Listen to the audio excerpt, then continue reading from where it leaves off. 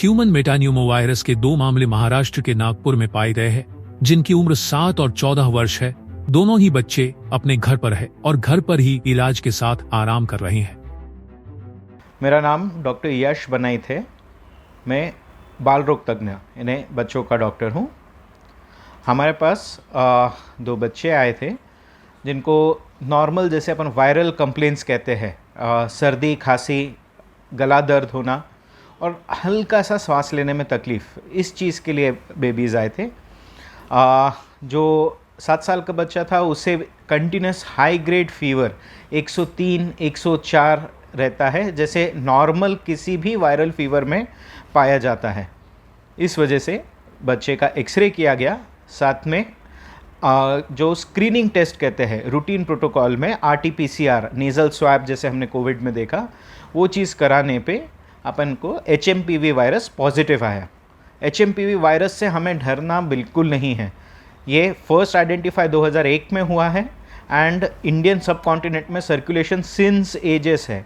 हमें कई बार HMPV virus हुआ भी होगा, बट इसके कारण सीवियर मॉर्टेलिटी या मृत्यु की चांस नेग्लिजिबल है। ये चीज़ नहीं होता है। हमें इससे बचना कैसे? जो कोविड प्रोटोकॉल्स के कारण आजकल जैसे कहते हैं बार बार हाथ धोना, मास्क लगा लेना, ये रूटीन चीज़ों में भी बेहतर है एंड ये नॉर्मल वायरस की तरह ही गिना जाएगा। इसका ट्रीटमेंट, इसका इलाज सिम्टोमेटिक है। सिम्टोमेटिक अर्थात अगर हमें तेज बुखार है, बुखार का ट्रीटमेंट दिया जाएगा। 90% ये सेल्फ लिमिटिंग है। इससे हमें घबराना या फिर उसके कारण मॉर्टेलिटी या मृत्यु के चांसेस है या ICU एडमिशन ज़्यादा है, ऐसा नहीं है। हमें अपना संतुलन बनाए रखना है और नए वायरस से घबराना नहीं है। इस बच्चे को जैसा मैंने कहा कि 3 से 5 दिन बुखार था। 1 जनवरी को जो कोविड के समान RT-PCR नेज़ल स्वैब मेडिट्रेना इंस्टीट्यूट में कराया गया, वहाँ पे ये पॉजिटिव रिपोर्ट आई है। आज कलेक्टर जैसा ये कहा जाता है, प्राइवेट लैब्स की कोई भी रिपोर्ट अगर पॉजिटिव आए तो उसे गवर्नमेंट एजेंसी में क्रॉस चेक किया जाता है, दोबारा चेक किया जाता है। अगर उसके फर्दर एक्सोम स्टडीज़ यानी उसका जेनेटिक वर्कअप भी देखा जाता है। इस वजह से यही सेम सैंपल एम्स नागपुर में गया है और वहाँ से दोबारा NIV पुणे में भी जा रहा है क्रॉस चेकिंग के लिए। नागपुर के निजी अस्पताल में इलाज कराए गए दोनों बच्चे की रिपोर्ट एम्स एवं पुणे की लैब में फिर से जांच के लिए भेजी गई है।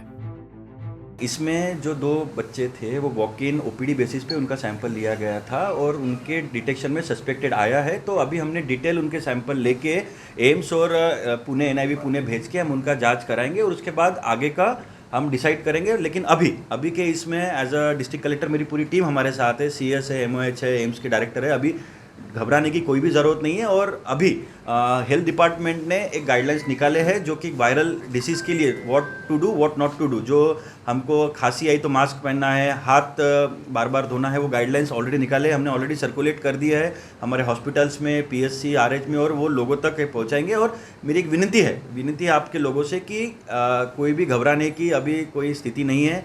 सब कंट्रोल में है और ये जो वायरस है ये कोई नया वायरस नहीं है, पुराना ही वायरस है। तो अभी वही उसमें कोई म्यूटेशन हुआ है जो चल रहा है मीडिया पे, उसीलिए हमने सैंपल एम्स और पुणे भेज रहे हैं। वो रिपोर्ट आने के बाद हम आपको फिर से कम्युनिकेट करेंगे। मेडिकल में क्या इंतजाम किए गए हैं? कुछ अलर्ट मोड पे है हमारी हेल्थ सिस्टम? नहीं, हेल्थ डिपार्टमेंट तो हमेशा अलर्ट मोड पे ही होती है, लेकिन वही मैं बोल रहा हूँ अभी कोविड के बाद वी आर फुल्ली प्रिपेयर्ड। कोई ऐसा घबराने की बात नहीं। मुझे यही बताना है कि जिस चीज़ का खतरा नहीं है उसका खतरा करके एंग्जाइटी सोसाइटी में हमको नहीं फैलाना है। हमको प्रिकॉशंस लेने हैं और जब ये टेस्ट की रिपोर्ट आएंगी उसके बाद हम आपको डिटेल बताएंगे। लोकांमध्ये जी सर्वात जास्त भीती आहे ती चायनाचे जे बातम्या येतात त्याचा आणि याचा काही संबंध आहे का? या संदर्भात नाही, त्याच्यामध्ये सध्यापर्यंत तर नाही आहे। आता आपले हेल्थ डिपार्टमेंट, MED डिपार्टमेंट हे याच्यामध्ये तपासणी करत आहे आणि आपला सॅम्पलचा रिपोर्ट आल्यावर आपलं सगळं क्लियर होईल।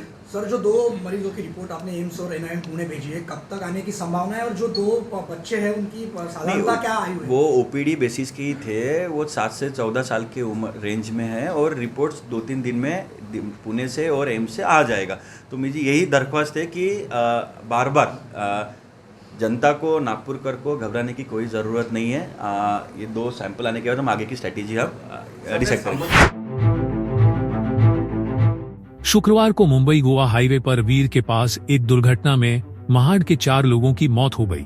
इस दुर्घटना के लिए नागरिकों ने ट्रॉमा केयर अस्पताल, जो कि महाड़ का एक सरकारी स्वास्थ्य क्लिनिक है, में उचित इलाज नहीं मिलने के लिए स्वास्थ्य प्रणाली को जिम्मेदार ठहराया। सरकारी स्वास्थ्य व्यवस्था के विरोध में महाड़ के हजारों नागरिकों ने आज मार्च निकाला। अत्यंत दुर्दैवी घटना या महाड शहरामध्ये घडली। संपूर्ण महाड शहर त्या वेदनादायी परिस्थितीमधून जात असताना सगळ्यात महत्त्वाचा प्रश्न, ज्या वेळेला ट्रॉमा केअर सेंटरमध्ये त्या रुग्णांना घेऊन जाण्यात आलं, त्या ठिकाणी कुठल्याही प्रकारची सुविधा त्यांना पुरवली गेली नाही। तिथे एक नर्स आणि एक मावशी त्या ठिकाणी स्टाफ म्हणून उपस्थित होत्या। तिथे ऑन कॉल डॉक्टर सुद्धा उपस्थित नव्हते। डॉक्टरांना बोलवल्यानंतर मला असं वाटतं बऱ्याच कालावधीनंतर तिथे 1 तासानंतर एक डॉक्टर उपस्थित होतात, ते सुद्धा डोळ्याचे ऑप्थॅल्मॉलॉजिस्ट त्या ठिकाणी उपस्थित झाल्यानंतर ते नेमके कोणत्या प्रकारची सुविधा त्या ठिकाणी देणार होते, हा सगळ्यात महत्त्वाचा प्रश्न राहतो। आणि ज्या वेळेला ट्रॉमा केअर सेंटरची रचना आपण करत असताना नॅशनल हायवेच्या लगत एका रेडियसच्या ला धरून आपण ती ट्रॉमा केअर सेंटर उभारत असताना त्या ठिकाणी कुठलीही दुर्दैवी घटना जर का घडली तर त्या रुग्णांना बेसिक उपचार देऊन पुढे हलवण्यात यावं, ही साधी माफक अपेक्षा या ट्रॉमा केअर सेंटरच्या माध्यमातून आपण करत असताना आज त्याही प्रकारच्या सुविधा इकडे झालेल्या नाही। मला असं वाटतं इतक्या वर्षभरामध्ये आज आम्ही इकडे निवेदन तहसीलदारांना देत असताना प्रामुख्याने ज्या गोष्टी जाणवल्या त्या म्हणजे ट्रॉमा केअर ज्या पद्धतीमध्ये असलं पाहिजे त्या सगळ्या गोष्टींची पूर्तता करत असताना इथे असणारे एक्सपर्ट डॉक्टर्सची टीम, त्याचबरोबर सगळे वेल इक्विप्ड असणाऱ्या सगळ्या मशिनरीज आणि त्याचबरोबर पुरेसा स्टाफ, जो काही मंजूर आराखडा आत्ताच्या ज्या ट्रॉमा केअर सेंटरच्या माध्यमातून मंजूर झालेला आहे त्या सगळ्या गोष्टींची पूर्तता या माध्यमातून झाली पाहिजे, ह्याच्यासाठी आज आम्ही सगळेजण इकडे उपस्थित आहोत। आणि येत्या कालावधीमध्ये